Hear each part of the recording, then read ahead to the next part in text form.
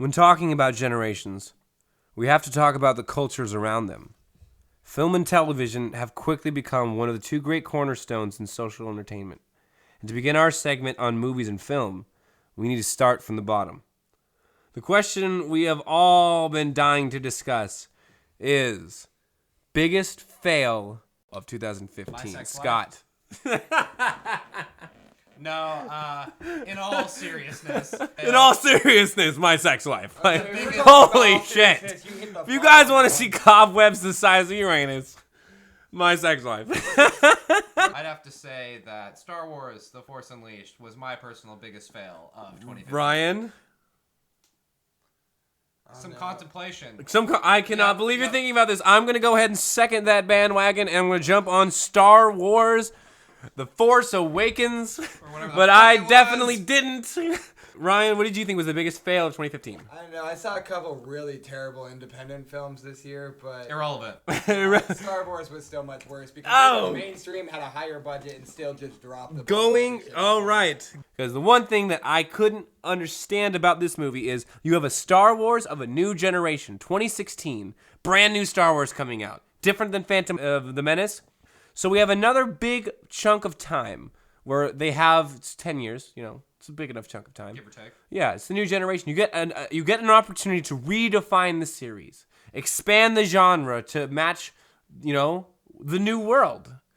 But nothing of that sort happened. It was nothing but a whole bunch of the same old cliches, the same old characters, the same old storylines. The only changes that were made were superficial changes. Like, the main character is now a girl. There's a black stormtrooper now. But nothing else was different about the film.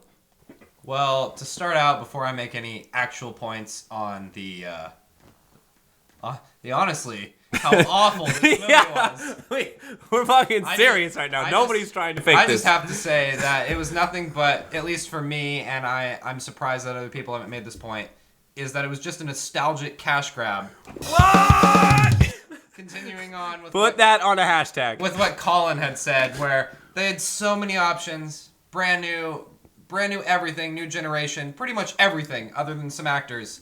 Just came out with the same everybody knows characters, same crap that they did. The villain was ridiculously overpowered in the beginning, ended up being worthless. By the end of it. The girl to begin with was worthless, ended up being stupidly overpowered.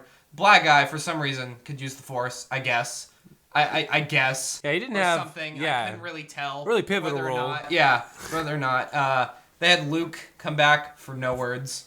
That was funny. He's like, I don't want to be in this movie. I'll just say no words. Harrison Ford, the whole time, every expression on his face was, I don't know why I'm still in this movie. He would say a line, and then the look on his face would be, I can't believe that was the line. I give up on everything. I just can't wait to get my goddamn paycheck. It's all atrocious. I want nothing to do with that movie ever again. We're gonna get into that in a second, exactly that. But Ryan, your thoughts on this movie? I disagree with both of you guys. The only reason I even said that this movie was the worst movie I'd seen of 2016, well, it was the biggest fail, because it just happened to be. Because honestly, the entire Star Wars franchise is fucking shit.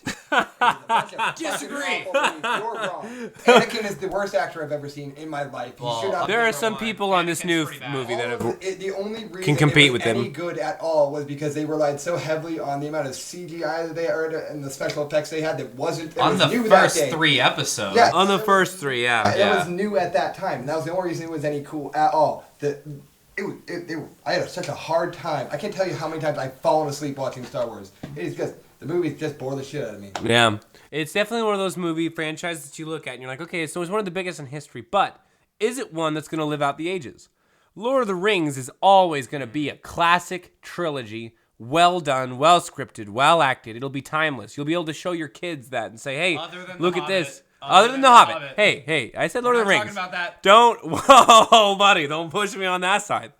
But I don't think Star Wars is really going to, well, I'll say this. It has a big fan base because the books are really fantastic and the story and the universe it creates is as good as it seems. But I do understand when we're talking about just the movies, if we're not talking about the actual universe, the actual books, we're just talking about the movies, I do agree with you, Ryan, where I don't think the Star Wars franchise is really going to be that classic, great go-to, fantasy trilogy that's going to stand the test of time. I think it's going to be outdated very quickly. Granted, when Disney bought the franchise, the name to the franchise, they released and said that the books are no more than ergo fan fiction. They aren't even part of the universe anymore. It is nothing but pretty much fan fiction. The universe is exclusively what the movies have portrayed. Yeah. The books are relevant to the movies at this point with Disney owning Star Wars. True. Opinion, and it's a hard comparison, but if we're talking about space films, honestly, and this is a TV show more than a movie, but the whole Firefly show was better than any Star Wars and all of the Star Wars put together. Yeah. Any episode of that was better. Firefly and Serenity. Those were better. Those were better. The worst actor in it was better than the best actor in Star Wars. Yeah, that's Han true. Solo is the biggest joke I've ever seen in my life. He stumbled around like he literally had a lightsaber up his ass the entire movie. And then when he died, they paid him so much money and he couldn't fucking die right. Yeah, he couldn't. No, it's not that he couldn't die right. Okay, so this is getting into now. We're gonna get into the quote that I had talked about earlier. Solo. Yeah, exactly. No. Did you get emotional when you put the wardrobe on? No, I got paid. And he said, "Getting paid." That was it. There have not been many. He wasn't even joking. It wasn't some smiling thing. He was very, very serious about this statement, and I think it's his performance in there is a reflection of a very, very good and talented actor looking at a worthless trash movie and thinking, "Oh my God, I'm doing this for the money." I don't feel Harrison Ford is an actor who really does it for the money that often. I feel like his newest films, though, the Indiana Jones film, this film, have really just been pushed in his bank account. I actually blame the directors at this point. I thought you were going to say the Jews, because I was going to agree. Well, we can take them www.nazilovers.com. I said the directors, which are the Jews, because the Jews run Hollywood exclusively. Yeah. I'm not even I just didn't want to throw that out there because you're Illuminati confirmed. So to wrap up a unanimous conversation, biggest fail of 2015, Star Wars The Force Awakens. Agreed. If you haven't seen it by now, do not see it. At least in theaters. Save yourself the trouble.